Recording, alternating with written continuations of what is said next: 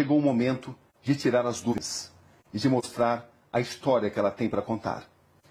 Qual é o seu nome completo? Nájila Trindade Mendes de Souza. E quem é a Nájila Trindade Mendes de Souza? Uma pessoa comum, que trabalha, estuda, sou modelo, estudante de design de interiores, que gosta de esportes, que treina, dança, sou filha, mãe. Vamos começar.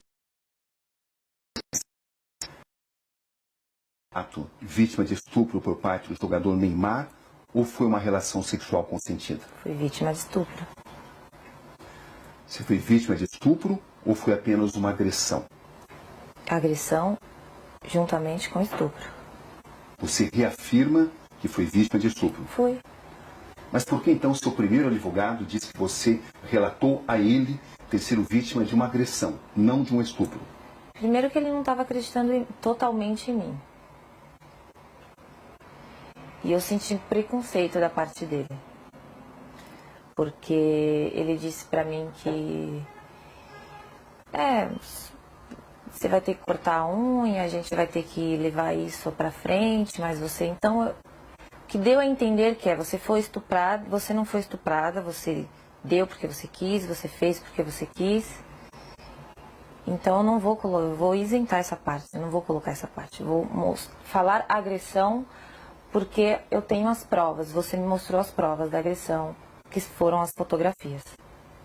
E eu acho que ele só acreditou em mim porque ele viu a foto que o próprio Neymar mandou pra mim. Minha foto machucada. Como é que você conheceu o Neymar, Nájila? Através de uma rede social. Qual foi a rede social? Instagram. Como é que foram as conversas? Como é que você as escreve? Normal, eu mandei uma imagem pra ele. Não era foto nude meu. Era um texto. E ele respondeu e a gente começou a trocar mensagens. E depois de um tempo ele pediu o meu WhatsApp e eu passei. O próprio Neymar divulgou alguns trechos onde aparecem conversas de cunho sexual. Uhum. Quando é que essas conversas começaram? Naquele momento. Do WhatsApp. E você tinha ciência de que uma relação sexual poderia acontecer? Sim, o meu intuito era esse. Era o seu intuito? O meu intuito era ter uma relação sexual com ele. Desde quando você passou a pensar dessa forma? Quando eu comecei a falar com ele. Em que situação você viajou para Paris para encontrar o Neymar? Não entendi. Quem pagou a passagem? Ele. Ele pagou. E as suas despesas, quem pagou? Ele, do hotel.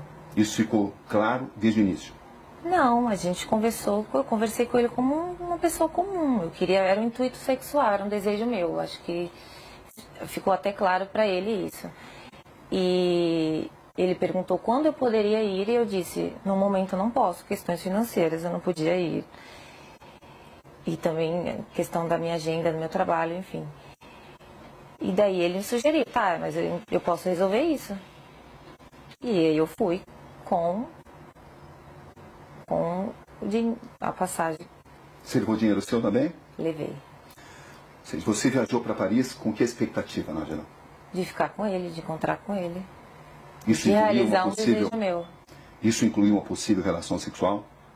Obviamente. Você pensava nisso? Sim, Estava preparada para isso? estava. Era algo já consentido, consensual entre vocês? Era. Quando você chega a Paris, o que acontece?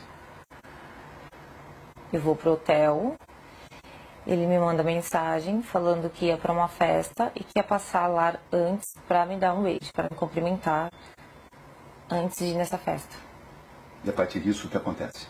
Eu tinha um desejo de ficar com o Neymar. E quando eu chego lá, tava tudo bem, tava tudo legal as mensagens. Uhul, eu ia conseguir, entendeu? Só que quando eu cheguei lá, ele estava agressivo, totalmente diferente daquele cara que eu conheci nas mensagens.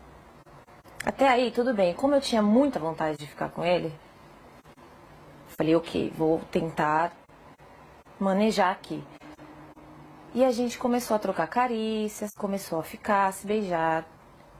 E daí ele me despiu. Eu não Até achei... então foi tudo consensual? Foi. Até aí tudo bem. Só que depois ele começou a me bater. E eu falei assim, nos primeiros, ok, tava tudo certo. Só que depois começou a me machucar muito. E eu falei, para. Você falou isso de forma clara? Falei, para, está doendo. E ele falou, desculpa, linda. Ok, continuamos. Deitados na cama, rolando e tal. Eu falei, você trouxe preservativo? Porque eu não tenho. E ele disse, não.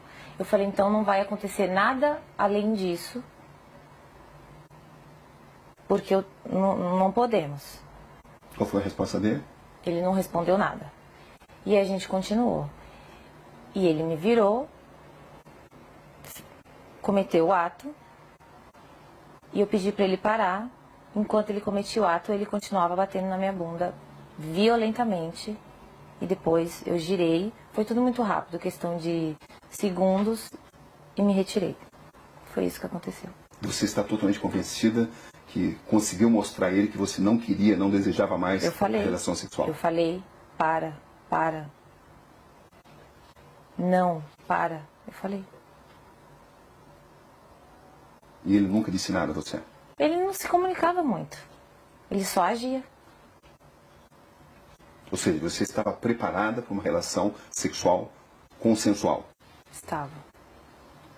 E quando é que essa relação sexual consensual se transformou, na sua visão, em um ato de estupro? A partir do momento que ele se tornou agressivo, a partir do momento que eu perguntei para ele se ele tinha levado o preservativo, que eu não tinha, ele falou que não, e eu falei para ele, então não podemos. Então só vamos trocar carinho, só vamos continuar aqui. E ele concordou, com silêncio eu entendi como concordância.